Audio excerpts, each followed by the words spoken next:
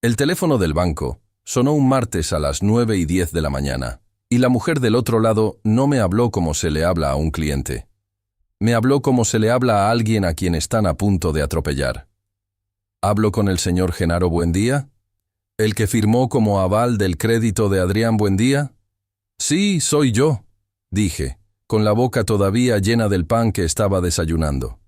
Señor, necesito que venga a la sucursal antes de hacer cualquier cosa. Antes de firmar nada más, antes de pagar nada. Hay algo en este expediente que usted tiene que ver con sus propios ojos. Me quedé con el pan a medio tragar, porque 3 días antes mi hijo Adrián me había bloqueado el número. Le había marcado 16 veces y nada. Le había mandado mensajes que se quedaban en una sola palomita gris. Había ido a su departamento y el portero me dijo que el señor había dado instrucciones de no dejar subir a nadie. Yo llevaba 3 días sintiéndome la persona más tonta y más usada de todo Querétaro. Y ahora el banco, el mismísimo banco que le había prestado el dinero a mi hijo, me llamaba a mí primero, antes que a él, para decirme que fuera a ver algo con mis propios ojos. Dejé el pan.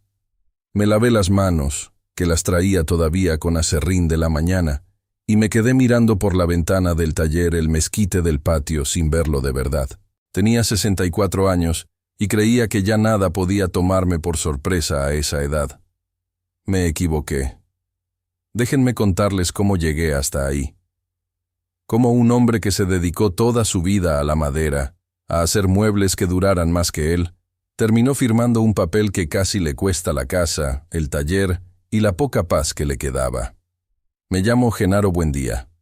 Soy ebanista, carpintero fino, como decía mi padre, que fue quien me enseñó. Tengo un taller en la colonia San Francisquito, en Querétaro, un local viejo con techos altos y olor a barniz que heredé de mi papá, y donde llevo 42 años haciendo lo mismo. Comedores, libreros, puertas talladas, cabeceras. Cosas de madera de verdad. No de esas que se arman con desarmador y se caen en 2 años. En mis buenos tiempos tuve 3 ayudantes y una cartera de clientes que me llegaban desde San Miguel de Allende a encargarme muebles. Ahora trabajo solo, más despacio, porque las manos ya no responden igual y porque la gente prefiere lo barato. Pero todavía me alcanza. Tengo mi casa pagada, tengo el taller, tengo mis ahorros guardados con la disciplina de quien creció viendo a su padre apartar cada peso. No soy rico, pero de mí nadie ha tenido que preocuparse nunca. Enviudé hace 6 años. Mi Amparo se me fue de un cáncer que la consumió en 8 meses, y desde entonces la casa se me quedó grande y silenciosa. Tuvimos 2 hijos. La mayor, Verónica, se casó bien, vive en Querétaro también, es maestra de primaria, tiene 2 niños y un marido tranquilo, y de ella nunca he tenido queja. Y luego está Adrián, el menor, el que salió a mí en las manos y a su madre en todo lo demás. Adrián siempre fue el consentido. No lo voy a negar, porque a estas alturas, mentir sobre uno mismo ya no sirve de nada. Cuando Amparo vivía, ella lo cubría en todo. Que si reprobó, era porque el maestro le tenía mala voluntad. Que si chocó el carro, era porque el otro se le atravesó. Que si dejó una carrera a la mitad, era porque no era lo suyo. Y yo, que trabajaba de sol a sol en el taller, dejaba que ella lo manejara, y firmaba con la cabeza lo que ella decidía. Es más fácil ceder que pelear cuando llegas cansado a tu casa. Ese fue mi error, y ya llegaré a él. Adrián tiene ahora 34 años. Es inteligente, eso nadie se lo quita. Habla bonito, cae bien, tiene una labia que abre puertas. El problema es que nunca aprendió a quedarse del otro lado de ninguna puerta una vez que la abría. Ha tenido como 10 trabajos. Vendió seguros. Vendió carros, puso un negocio de importación de no sé qué que se fue a la quiebra, luego una cafetería con un socio con el que terminó peleado. Cada vez que algo se caía, llegaba a la casa con la misma cara de niño regañado y la misma frase, «Es que esta vez no fue mi culpa, apá». Y cada vez, mientras Amparo vivió, hubo dinero para taparle el hoyo. Me acuerdo de una vez, tendría Adrián unos 23 años, en que chocó un carro que no era de él, sino de un amigo al que se lo había pedido prestado. En lugar de dar la cara, se escondió una semana. El amigo vino a la casa a reclamar, y Amparo, en vez de dejar que Adrián respondiera, Sacó dinero de sus ahorros de las tandas y pagó la compostura completa, para que no se le arruinara la vida al muchacho por un accidente. Yo llegué del taller esa noche y me enteré cuando ya estaba pagado. Le reclamé a Amparo. Le dije que así nunca iba a aprender. Y ella me contestó, con lágrimas, que era su hijo, que cómo lo iba a dejar en un problema. Y yo, cansado, con las manos deshechas de todo el día, no tuve fuerzas para pelear. Me fui a dormir. Ese fue el patrón de toda una vida. Amparo tapaba, yo callaba, y Adrián aprendía que siempre habría una mano suave debajo de él para que no se golpeara al caer. Cuando Amparo murió, yo me prometí que las cosas iban a cambiar, que Adrián iba a madurar a fuerzas, sin su mamá tapándolo. Pero la costumbre es más terca que las promesas. Los primeros años lo ayudé por última vez, unas cuantas veces. Un préstamo para la renta, otro para pagar una deuda de tarjeta, otro para arrancar un negocio que tampoco pegó. Siempre con la promesa de que me lo pagaba y nunca me pagó ni un peso. Y yo me decía que lo hacía por Amparo, que ella no habría querido que su hijo la pasara mal, que era mi manera de seguirla queriendo a ella a través de él. Mentiras que uno se cuenta para no ver lo evidente. Hasta que hace como 2 años me planté, le dije que ya no, que yo lo quería, que mi casa era su casa para comer y para dormir si le hacía falta, pero qué dinero ya no le iba a dar, que a los 32 años un hombre tiene que aprender a caer y a levantarse solo. Se enojó, me dijo cosas, dejó de venir tan seguido, y yo, aunque me dolió, aguanté, porque sentí que por primera vez estaba haciendo lo correcto. Por eso me sorprendió tanto cuando, hace 3 meses, Adrián empezó a buscarme otra vez. Pero distinto. No llegaba con la cara de siempre. Llegaba compuesto, atento, cariñoso. Me hablaba para saber cómo estaba. Me traía pan de la panadería que me gusta. Se quedaba a comer y me escuchaba hablar del taller como no me escuchaba desde niño. Un domingo hasta me ayudó a lijar una mesa. Y aunque lo hizo mal, a mí se me hizo un nudo en la garganta de verlo ahí, con las manos llenas de polvo, como cuando era chiquito y se metía al taller a jugar con las virutas. Ese domingo, mientras lijábamos, me preguntó cosas del taller que nunca me había preguntado. Que cuánto valía el local, que si la casa la tenía a mi nombre o al de mi mamá que en paz descanse, que si tenía guardado para el retiro o si dependía de lo que entraba. Yo, tonto, feliz de que se interesara, le fui contestando todo. Le conté que la casa estaba pagada y a mi nombre, que el taller también, que tenía unos ahorros guardados de años. Se lo conté con orgullo de padre que quiere mostrarle a su hijo que trabajó bien la vida. No entendí que no me estaba preguntando por cariño. Me estaba haciendo un inventario. Estaba midiendo la madera antes de cortarla, igual que yo mido una tabla, solo que él medía para saber cuánto me podía sacar. Eso lo entendí después. Ese domingo solo sentí que mi hijo por fin quería saber quién era su padre. Un hombre viejo, y solo es un terreno fácil de ablandar. Yo lo sé ahora. En ese momento, solo sentí que estaba recuperando a mi hijo. Fue en una de esas comidas cuando salió el tema. Adrián me contó, con mucho cuidado, midiendo cada palabra, que tenía la oportunidad de su vida. Que un amigo suyo, un tal Rubén, tenía un negocio ya montado de distribución de material para construcción, cemento, varilla, cosas así, y que le estaba ofreciendo entrar como socio con una parte del capital, que era un negocio seguro, con clientes fijos, con contratos ya firmados con 2 constructoras, que él ya había hecho números y en un año recuperaba lo invertido. Lo único que le faltaba era el capital de entrada, 600,000 pesos. Me lo dijo, y yo sentí que se me caía el alma, porque ya me veía venir la petición. Ya me imaginaba el préstame a pa. Y me preparé para decirle que no, otra vez, aunque me partiera. Pero Adrián me sorprendió. No te estoy pidiendo el dinero, apá, me dijo. De verdad, ya sé lo que hablamos hace 2 años y lo respeto. Tienes razón, yo tengo que resolver mis cosas. Por eso ya fui al banco y ya me aprobaron un crédito. La tasa es buena, todo está en regla, ya casi me lo dan. ¿Y entonces? Le pregunté con desconfianza. Es que el banco me pide un aval, alguien con propiedad, para respaldar. Y pues, yo no tengo a nadie más. Solo te pido tu firma, apá. Nada más la firma. No un peso. Yo pago el crédito con lo que saque del negocio. Mes con mes, puntual. Tú nunca vas a tener que poner nada. Es puro trámite. Pero si tú no me firmas, se me cae la única oportunidad buena que he tenido en años. Y ahí estuvo el veneno, servido con tanto cuidado que no supe verlo. Me estaba pidiendo la firma, no el dinero. Me estaba diciendo lo que yo llevaba 2 años queriendo oír, que había entendido, que quería hacer las cosas bien, que solo necesitaba un empujón, no una muleta. Estaba usando mis propias palabras en mi contra. Dudé. Le dije que lo iba a pensar, y esa semana lo pensé mucho. Hablé con Verónica, mi hija, y ella, tengo que decirlo, me advirtió. Papá, no firmes nada. Tú no sabes cómo es Adrián para el dinero. Si algo sale mal, el que responde eres tú, con tu casa. No lo hagas. Me lo dijo clarito. Y yo, terco, sintiéndome culpable por todos los años en que dejé que su madre lo tapara, pensé que esta era mi oportunidad de hacer las cosas distinto, de confiar en él, de ser el padre que apuesta por su hijo cuando el hijo por fin quiere cambiar. Le dije que sí. Fuimos juntos al banco. Firmé un montón de papeles que apenas leí, porque Adrián estaba junto a mí explicándome todo con una seguridad que me tranquilizaba, y porque el ejecutivo, un muchacho amable, me iba señalando dónde firmar.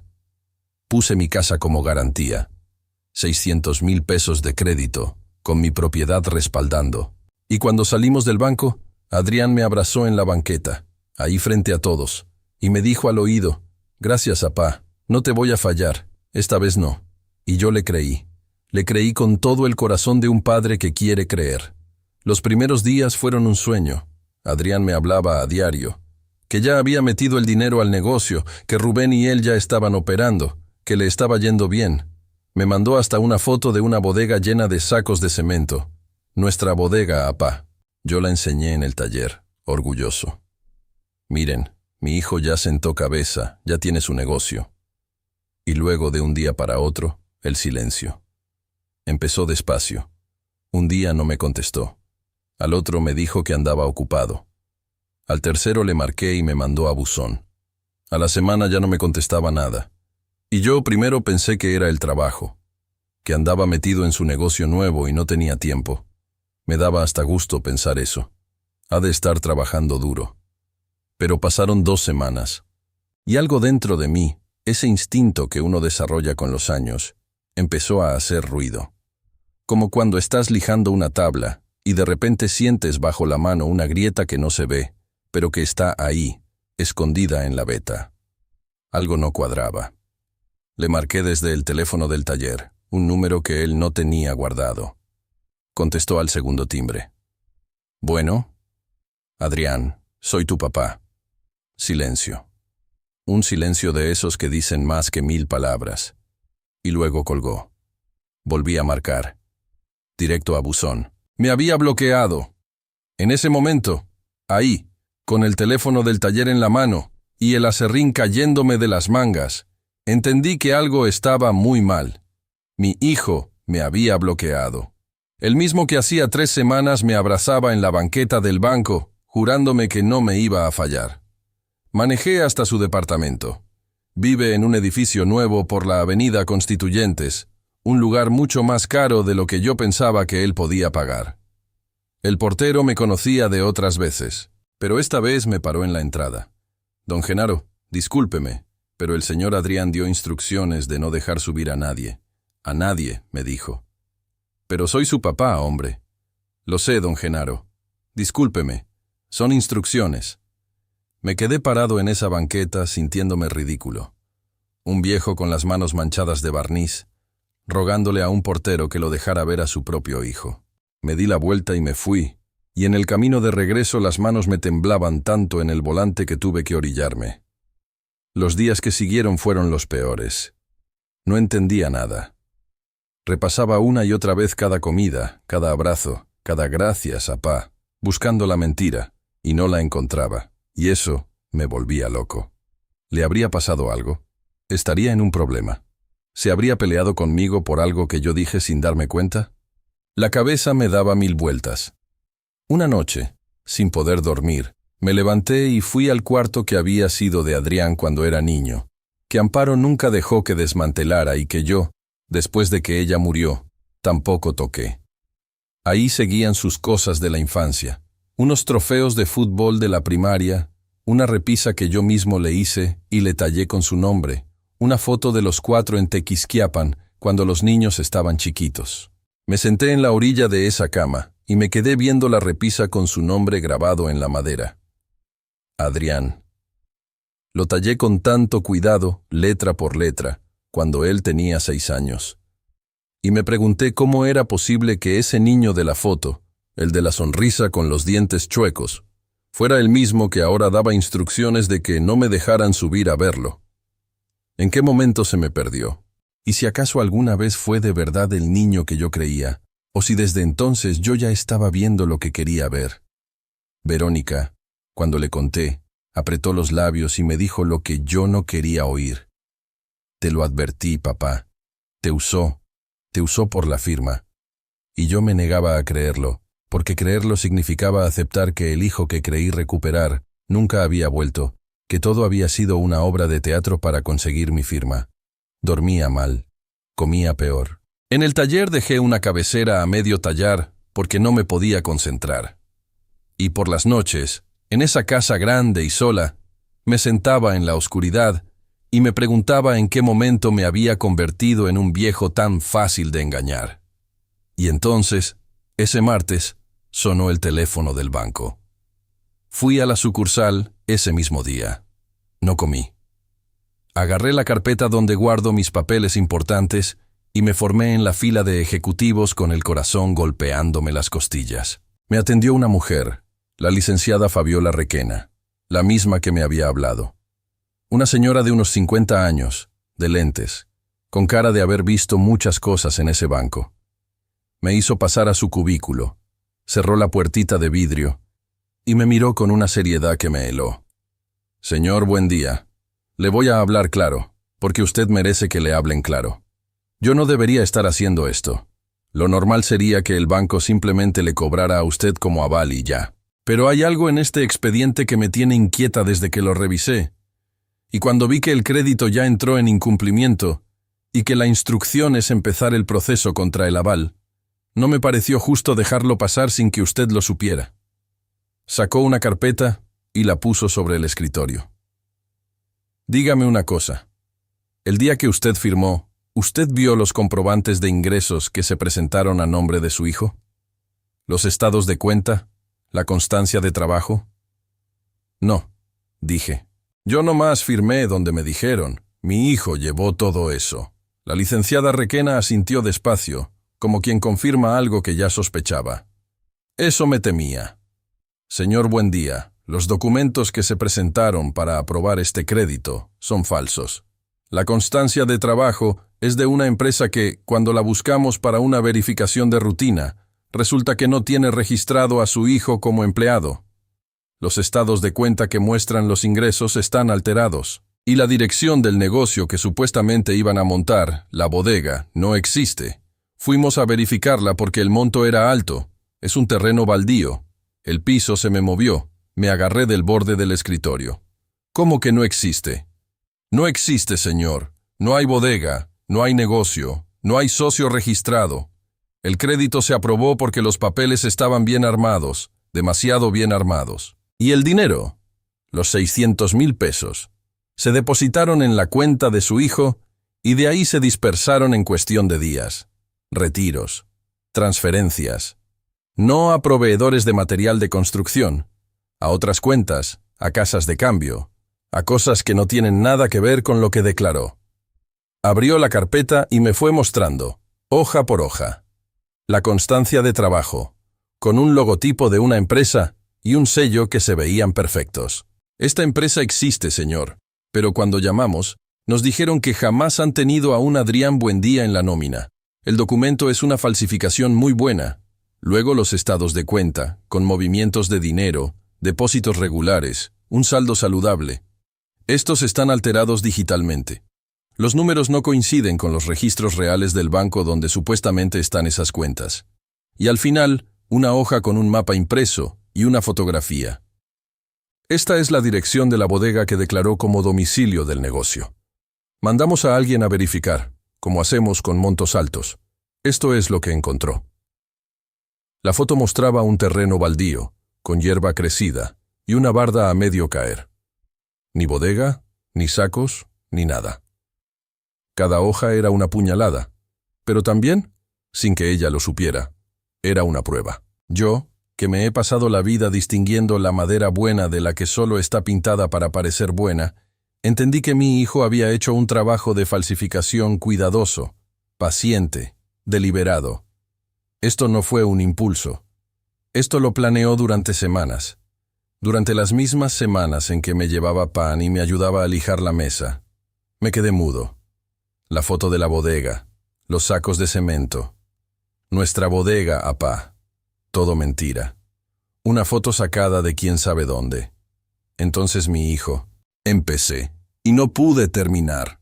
Su hijo armó un expediente fraudulento para obtener un crédito, usándolo a usted como aval con su propiedad de garantía, y desvió el dinero. Y ahora que dejó de pagar desde la primera mensualidad, el banco, por contrato, va contra el aval. Contra usted. Contra su casa. Hizo una pausa y bajó la voz.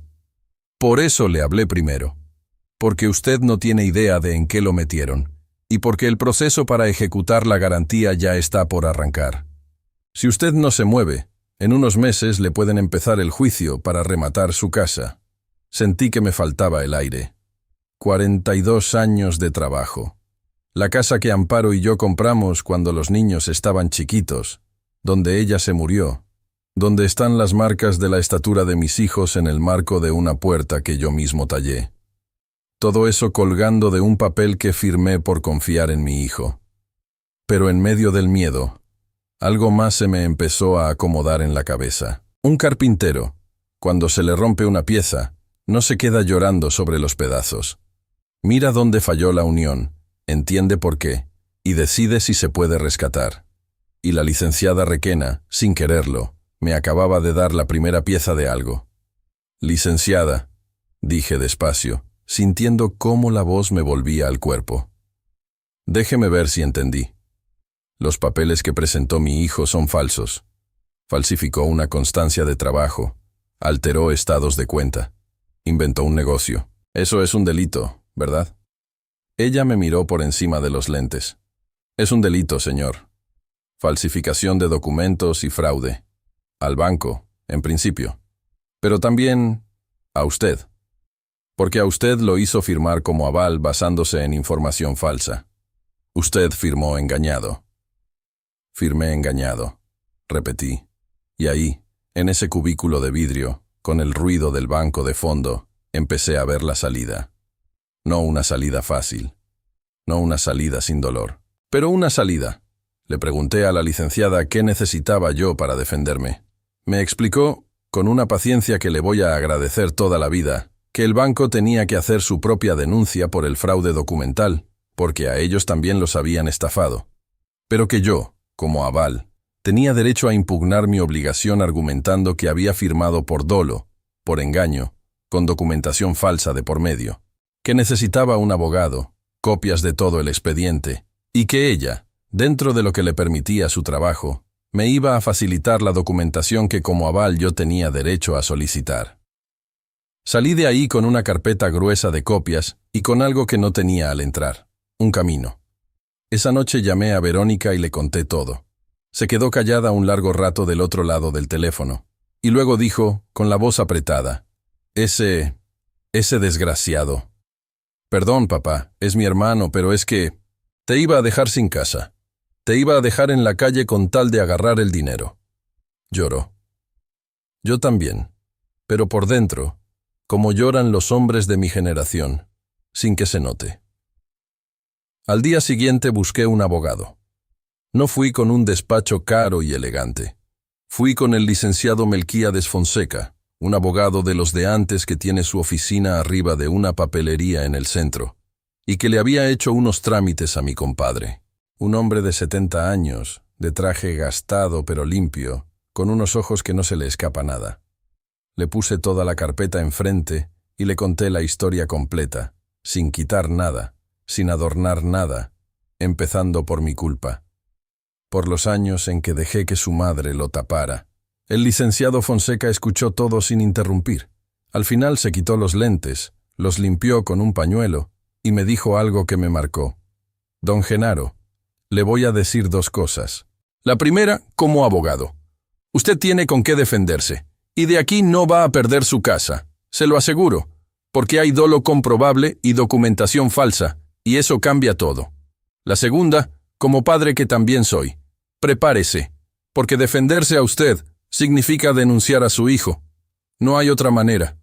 Para que usted no pague, alguien tiene que demostrar que el crédito se armó con fraude. Y el que lo armó fue él. Ahí estaba, la parte que más me dolía, para salvar mi casa, para no perder 40 años de trabajo. Tenía que denunciar a mi propio hijo. El niño que jugaba con las virutas en el taller.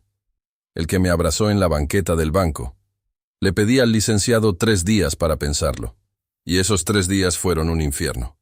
Verónica me llamó cada día de esos 3. Y aunque ella tenía toda la rabia del mundo contra su hermano, aunque era la más lastimada por lo que Adrián me estaba haciendo, tuvo la nobleza de decirme algo que yo necesitaba oír. Papá, hagas lo que hagas, yo te apoyo. Si lo denuncias, es porque él te obligó, no porque tú seas mal padre. Y si al final no puedes, también lo entiendo, porque es tu hijo. Pero no dejes que te quiten la casa. Eso sí, no. Esa casa es de mi mamá también, y ella no habría querido que Adrián te la arrancara. Cuando mencionó a su madre se me cerró la garganta, porque tenía razón. Esa casa la construimos entre Amparo y yo. Dejar que Adrián la usara para su fraude no era solo perder un patrimonio. Era dejar que el hijo consentido borrara el trabajo de la madre que lo consintió. Porque una cosa es que le fallen a uno. Y otra cosa es levantar la mano y ser tú quien empuja a tu hijo hacia la consecuencia. Me pasé esas noches recordándolo de niño, buscándole excusas como se las buscaba su madre. A lo mejor está en un problema grande y por eso lo hizo. A lo mejor alguien lo obligó. A lo mejor si hablo con él, todavía se puede arreglar sin llegar a esto. Y con esa última idea, contra el consejo de todos, decidí buscarlo una última vez, cara a cara. Necesitaba oírlo de su boca. Averigüé por un conocido que Adrián solía comer los jueves en una fonda cerca de su departamento. Fui ese jueves y lo esperé afuera. Cuando lo vi salir, se me heló la sangre, porque no venía con cara de hombre en problemas. Venía riéndose, con ropa nueva, con lentes de sol caros, acompañado de 2 tipos que no conocía. Se veía próspero. Se veía como alguien a quien le acababa de caer dinero del cielo. 600.000 pesos de dinero, para ser exactos. Me acerqué. Cuando me vio, la risa se le borró de golpe. «Apá, ¿qué haces aquí? Necesito hablar contigo, hijo. 5 minutos». Les dijo a sus acompañantes que lo esperaran. Y me apartó unos metros, hacia la pared, con fastidio, como quien atiende a un vendedor molesto. «¿Qué pasó?», me dijo, mirando el reloj. «El banco me habló, Adrián. Ya sé todo. Sé que los papeles eran falsos, que no hay negocio, que no hay bodega. Sé que agarraste el dinero y desapareciste, y que me dejaste a mí de garantía, con mi casa». Me temblaba la voz, pero no por miedo, por otra cosa, por decepción. «Solo dime por qué. Dime por qué me hiciste esto. Yo te lo firmé porque creí en ti, porque creí que habías cambiado». Y ahí, en esa banqueta, mi hijo se quitó la última máscara. No lloró, no se disculpó. Me miró con una frialdad que yo no le conocía, y me dijo: «Ay, apá, no te hagas la víctima. Toda la vida has tenido dinero guardado sin hacer nada con él, mientras yo me partía buscando cómo salir adelante. Tú y tus ahorros, tú y tu casa, tú y tu taller de viejo. ¿Para qué lo quieres? Te vas a morir y ahí va a quedar todo». Yo nada más adelanté un poco lo que de todos modos me iba a tocar. La casa la tienes pagada, no te va a pasar nada, el banco negocia. Deja de dramatizar. Cada palabra fue como un cincel golpeando en el lugar equivocado. No era el dinero lo que me rompía. Era darme cuenta de que mi hijo, mi sangre, me veía así, como un cajero, como un estorbo con ahorros, como un viejo cuya única función era morirse y dejarle lo suyo. Entonces todo fue mentira, dije en voz muy baja. Las comidas, el pan, cuando me ayudaste a lijar la mesa, todo fue para que yo firmara. Se encogió de hombros, como si nada. Funcionó, ¿no? Me quedé mirándolo, y por un segundo, uno solo, quise gritarle. Quise agarrarlo de la camisa y sacudirlo, y preguntarle dónde estaba el niño que yo crié, qué había hecho con él. Pero no lo hice, porque en 42 años de oficio aprendí que la fuerza mal aplicada rompe la pieza y no arregla nada. Y porque de golpe entendí algo que me quitó las ganas de gritar y me dejó solo un cansancio hondo. En ese momento, algo en mí que llevaba 34 años doblándose por ese muchacho, se enderezó por fin, no con rabia, con una tristeza dura, como el corazón de un encino. Me di cuenta de que no estaba hablando con mi hijo, estaba hablando con lo que yo había ayudado a crear, un hombre que nunca en su vida había pagado una sola consecuencia, porque siempre había alguien, su madre, yo, tapándole el hoyo, y que por eso creía, de verdad creía, que las cosas no le iban a costar nunca. Su frialdad no era maldad pura. Era el resultado natural de una vida en la que jamás nada le costó. Un hombre al que nunca le duele nada, no aprende que las cosas duelen. Y eso, en parte, lo habíamos construido su madre y yo, tabla por tabla, con la mejor de las intenciones. Tienes razón en una cosa, le dije, en que yo tuve la culpa de muchas cosas. Dejé que tu mamá te tapara todo. Y cuando ella se fue, yo te tapé otro rato. Te enseñé entre los dos que hicieras lo que hicieras, no pasaba nada. Ese fue mi error. Y hoy se acaba. ¿De qué hablas?, dijo, y por primera vez le vi una sombra de duda. Ya lo verás, le dije. Y me di la vuelta y me fui, con las piernas temblando pero con la cabeza en alto, mientras él me gritaba desde atrás que no me pusiera dramático, que él lo arreglaba, que a dónde iba. Iba a la oficina del licenciado Fonseca, a firmar la denuncia. No lo hice con odio, que quede claro, lo hice como quien, después de mucho pelear con una pieza podrida, entiende que ya no hay barniz que la salve, y que si no la corta, la podredumbre se come todo el mueble. Firmé la denuncia por fraude y falsificación de documentos, con toda la evidencia que la licenciada Requena me había facilitado y con la que el propio banco ya estaba integrando. Y firmé, sobre todo, la impugnación de mi calidad de aval, argumentando el dolo, el engaño, la documentación falsa que viciaba mi consentimiento. El licenciado Fonseca trabajó como un relojero. Metió la impugnación, presentó las pruebas de que yo había firmado engañado, coordinó con el área legal del banco, que, al haber sido también víctima del fraude documental, no tenía interés en pelear contra mí, sino contra quien los estafó. Y despacio, pieza por pieza, el caso se fue armando en mi favor. Porque cuando hay dolo comprobado, cuando el aval firmó sobre la base de documentos falsos presentados por el propio deudor, el aval no responde igual. Y cuando el deudor es, además, quien falsificó todo, el peso de la ley cae donde tiene que caer. Pasaron los meses. No fue rápido, porque la justicia en México nunca es rápida. Pero fue seguro. La casa quedó protegida por una medida que impidió que la ejecutaran mientras se resolvía la impugnación. El banco integró su denuncia penal por el fraude. Y las dos cosas, la mía y la del banco, apuntaban al mismo hombre, Adrián. Mi hijo no vio venir nada de esto. Estaba tan seguro de que yo, el viejo blando de siempre, iba a pagar sin chistar o a negociar con el banco para no meterlo en problemas, que ni se molestó en cuidarse. Cuando le llegó la primera notificación de la fiscalía, me habló. Ahora sí me desbloqueó. Ahora sí contestaba. Me habló gritando, insultándome, diciéndome que cómo era capaz de denunciar a mi propio hijo, que qué clase de padre era yo, que me iba a arrepentir. Y cuando los gritos no funcionaron, cambió de tono, como siempre. Se puso a llorar por teléfono. Apá, perdóname. Estaba desesperado. Retira la denuncia. Te lo pago todo, te lo juro. No dejes que me pase esto. La misma canción de toda la vida. Las mismas lágrimas de niño de 40 años que un día le funcionaron a su madre. Pero yo ya no era el mismo hombre. Le contesté una sola vez con calma.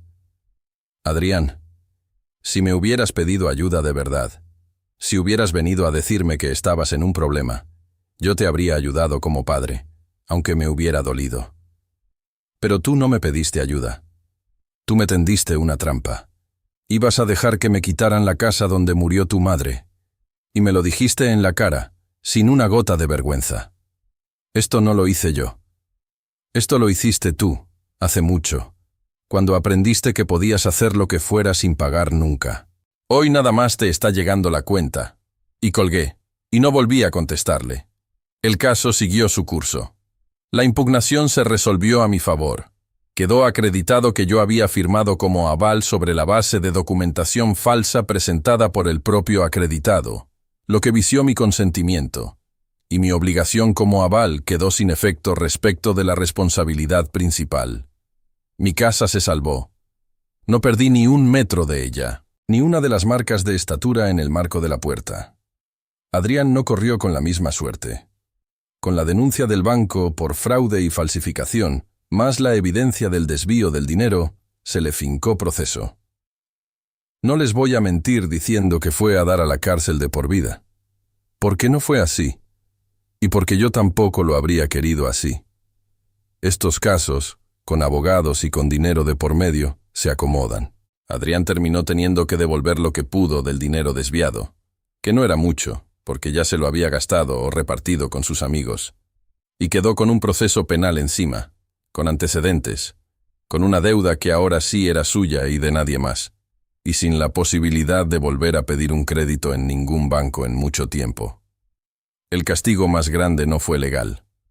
Fue que se quedó, por primera vez en su vida, solo frente a las consecuencias de sus actos, sin nadie que lo tapara. Los amigos con los que andaba tan próspero desaparecieron en cuanto se acabó el dinero y empezaron los problemas. Rubén, el supuesto socio del negocio que nunca existió, nunca dio la cara.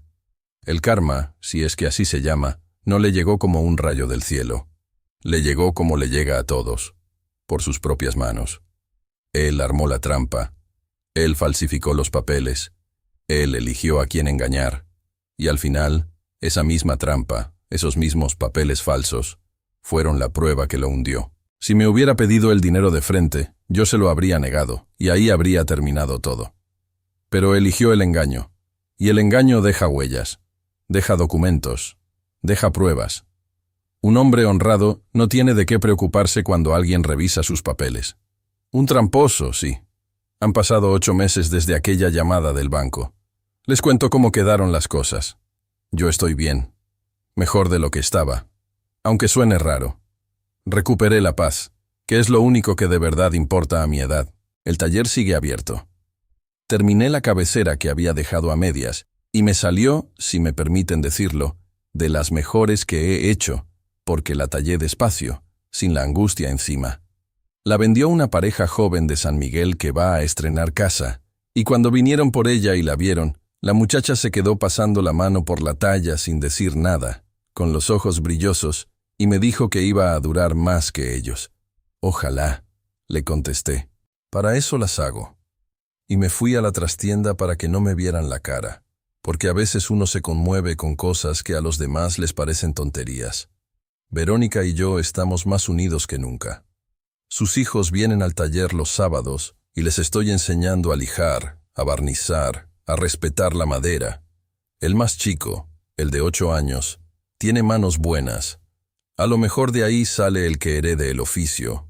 Ojalá. Con Adrián no he vuelto a hablar. Sé, por Verónica, que le habla a veces, que anda por ahí, que sigue buscando la manera fácil, que no ha aprendido gran cosa. Ella intenta acercarlo, y yo no se lo prohíbo, porque es su hermano, y ella sabrá. Pero yo puse una distancia que no pienso quitar. No por rencor. El rencor pesa mucho, y yo ya estoy viejo para cargar peso de más. Es otra cosa. Es que aprendí, a los 64 años, y de la manera más dura, que querer a un hijo no significa dejar que te destruya. Que hay una diferencia enorme entre perdonar y volver a poner la mano en el fuego. Yo lo perdoné, en el sentido de que ya no le deseo mal, de que ya no me quita el sueño. Pero perdonar no es olvidar, y no es volver a confiar. La confianza, igual que un mueble fino, tarda años en construirse y un segundo en romperse. Y una vez que se astilla en cierto lugar, por más que la pegues, ahí queda la línea. A veces me pregunto en qué momento se torció todo, y siempre llego al mismo lugar, a la mesa de la cocina, cuando Amparo vivía, cada vez que ella le tapaba un error a Adrián y yo, cansado, dejaba que lo hiciera. Ahí, sin saberlo, entre los dos le fuimos enseñando que las consecuencias eran para los demás, nunca para él. Lo hicimos por amor. Pero el amor mal puesto también hace daño. A veces el daño más grande no se lo hace a un hijo el que lo maltrata, sino el que lo protege de la vida hasta que el hijo ya no sabe vivirla. He pensado mucho en eso, en estos meses de silencio, en que el amor de padre no es solo dar y tapar y sostener. También es dejar caer cuando hace falta, aunque a uno se le parta el alma viéndolo golpearse. Un árbol que crece siempre amarrado a un tutor nunca aprende a sostenerse solo, y el día que le quitas el tutor, se viene abajo con el primer viento. A Adrián lo tuvimos amarrado toda la vida. Y cuando el viento vino, no supo quedarse en pie. Se agarró de lo primero que encontró para no caer, de mí, de mi casa, de mi firma. No le importó tirarme a mí con tal de sostenerse él. Y eso, más que ninguna otra cosa, es lo que me dice qué clase de hombre ayudamos a hacer. Yo no puedo devolver el tiempo. No puedo volver a esa cocina y decirle a Amparo, y decirme a mí mismo, que dejáramos que el niño cayera de vez en cuando, que se raspara, que aprendiera que las cosas cuestan. Pero sí puedo, con lo que me queda de vida, no volver a cometer el mismo error. Con mis nietos, sobre todo. A ellos les estoy enseñando en el taller algo que a Adrián nunca le enseñé de verdad. Que una pieza mal hecha no se tapa con barniz. Se vuelve a hacer, con paciencia, con las manos, aceptando el trabajo que cuesta. Y que un hombre vale por lo que construye, no por lo que le saca a otros. El otro día, el más chico de mis nietos, lijando una tablita, me preguntó por qué su tío Adrián ya no venía nunca. Me quedé pensando cómo contestarle sin envenenarle el corazón, y al final le dije algo sencillo, algo verdadero. Porque tu tío tomó unos caminos que lo llevaron lejos, y ojalá algún día encuentre el camino de regreso. Pero mientras tanto, aquí estamos tú y yo, haciendo esta mesa.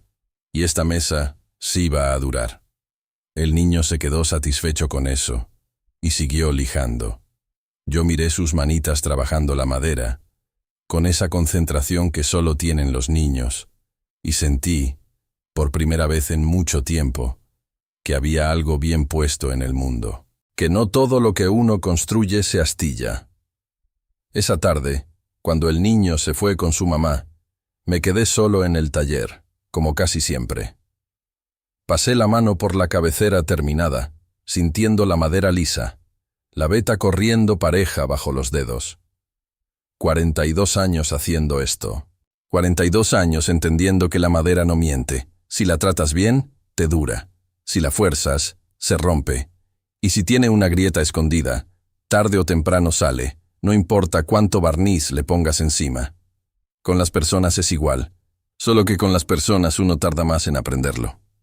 Cerré el taller, apagué la luz, y por primera vez en muchos meses, me fui a mi casa la que sigue siendo mía, caminando despacio bajo los faroles de San Francisquito, sin el peso en el pecho, sabiendo que había hecho lo correcto aunque lo correcto me hubiera costado un hijo, y que a veces, salvar lo que uno construyó con sus propias manos empieza por dejar de sostener a quien solo quería tirarlo.